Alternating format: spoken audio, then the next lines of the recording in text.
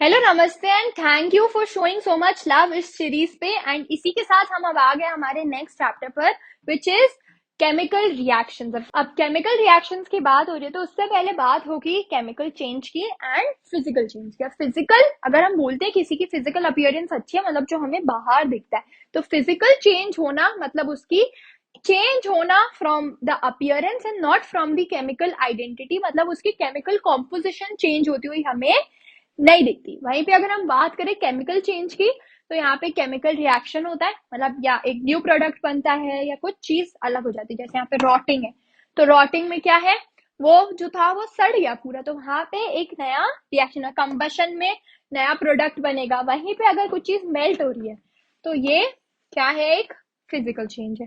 ठीक है, फिर है चॉपिंग, बॉइलिंग, श्रेडिंग। तो ये सब बेसिक एग्जाम्पल्स हमने पढ़े हुए हैं। अब जो केमिकल रिएक्शन होते हैं ना, वो हमेशा होते हैं तुम्हारे केमिकल चेंजेस में। केमिकल चेंज है तो उधर ही केमिकल रिएक्शन होगा। अब इसके भी टाइप्स है। एक है हमारा सिंथेसिस या कॉम्बिनेशन रिएक्शन, जब A plus B will be A B, very simple. इसके बाद है डीकम्पोजिशन रिएक्शन, जो इसका एकदम ऑपोजिट होता है। इसका क्या होता है, एकदम ऑपोजिट होता है, विच मीन्स कि अगर ए एंड बी है तो हीट की प्रेजेंस में ये डिकम्पोज हो जाएंगे एंड ब्रेक हो जाएंगे इंडिविजुअल्स में, मतलब ए अलग हो जाएगा एंड हमारा बी अलग हो जाएगा। यहाँ पे है सिंगल रिप्लेसमेंट, या इसको हम डिस्प्लेसमेंट रिएक्शन भी बोल सकते हैं। तो यहाँ पे ना तुम्हारा काम आएगा रिएक्टिविटी सीरीज का, A B plus C will give A C plus B.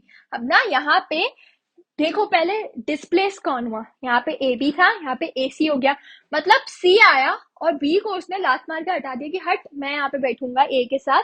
तो हमें क्लियरली पता चल रहा है कि जो सी है वो ज्यादा रिएक्टिव है, ज्यादा पावरफुल है देन बी, तभी उसने हटा दिया। एंड यहाँ पे डबल डिस्प्लेसमेंट है, मतलब दो बार डिस्प्लेसमेंट होगा। जैसे यहाँ पे एक बार हुआ तो यहाँ पे दो बार होगा। क्लियर इतना? आगे बढ़ते हैं। हमारे पास है केमिकल इक्वेशंस को कैसे बैलेंस करते हैं।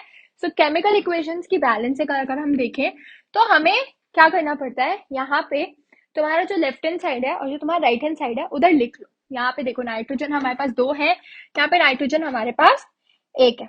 उसके बाद हमारे पास हाइड्रोजन यहाँ पे दो है, हाइड्रोजन यहाँ पे तीन है ना। हाइड्रोजन यहाँ पे दो है, यहाँ पे तीन है, तो कुछ भी बैलेंस नहीं है। हमें हाइड्रोजन को यहाँ पे क्या बनाना है, थ्री तो बनाना ही बनाना है। अब टू है और हमें थ्री बनाना है, मतलब कोई एलसीएम नहीं निकल रहा है इनके बीच में, तो हमने यहाँ पे सीधा सीधा थ्री अप्लाई कर दिया, विच मीन्स हाइड्रोजन कितना हो गया। अब हाइड्रोजन अगर हम देखें तो सिक्स हो गया। हाइड्रोजन कितना हो गया, टू था, अब हमने इसको सिक्स कर दिया, बट यहाँ पे अभी भी थ्री है। एंड यहाँ पे Na2 है एंड यहाँ पे Na1 है। तो अगर मैं यहाँ पे सिर्फ एक टू लगा दूं तो ये Na भी टू हो जाएगा, है ना। Na भी टू हो जाएगा और ये हाइड्रोजन तो था, ये सिक्स हो जाएगा। मतलब हमारी इक्वेशन बैलेंस हो गई एंड यस, ये हमारा करेक्ट आंसर है। ठीक है, नेक्स्ट हमारे पास आता है सोडियम। एक इसका मैंने डायग्राम लगाया है इसकी इलेक्ट्रॉनिक कॉन्फ़िगरेशन का, जिससे तुम्हें बैलेंसी समझ आएगी। अब ना ये इसका न्यूक्लियस है, यहाँ पे इसके पास न्यूट्रॉन्स है एंड प्रोटॉन्स है। न्यूट्रॉन्स और प्रोटॉन्स इसके अंदर है। बाहर फर्स्ट शेल में दो आ सकते हैं तो इसने दो रख दिए। उसके बाद एट आ सकते हैं तो इसने क्या किया, यहाँ पे एट रख दिया। बट इसका नंबर क्या होता है, 11। टू आ गए एक में, एट आ गए सेकंड में, एक बच गया तो बाहर एक आएगा।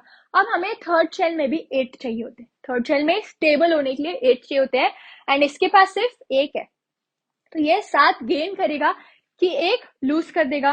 क्या कर देगा, ये एक लूज कर देगा, जिसकी वजह से इसके प्रोटॉन्स का नंबर कितना हो जाएगा, इसके प्रोटॉन्स का नंबर हो जाएगा 11 एंड इलेक्ट्रॉन्स का नंबर हो जाएगा 10। तो 11 हो गया प्रोटॉन्स, 10 हो गया इलेक्ट्रॉन्स, विच क्लियरली मीन्स कि प्रोटॉन की चार्ज पॉजिटिव होती है तो इसकी ओवरऑल चार्ज पॉजिटिव हो जाएगी। तभी यहाँ पे पॉजिटिव साइन आता है सोडियम में। ठीक है, अब हमने यहाँ पे देख लिया कि सोडियम कैसे है। होमवर्क में तुम्हें मेरे को बताना है कि हम कैल्शियम और मैग्नीशियम को कैसे वैलेंसी में या इलेक्ट्रॉनिक कॉन्फ़िगरेशन में पुट करेंगे। तो I am definitely waiting for your answers. ऐसी और वीडियोस आती रहेंगी। Till then stay tuned and happy learning.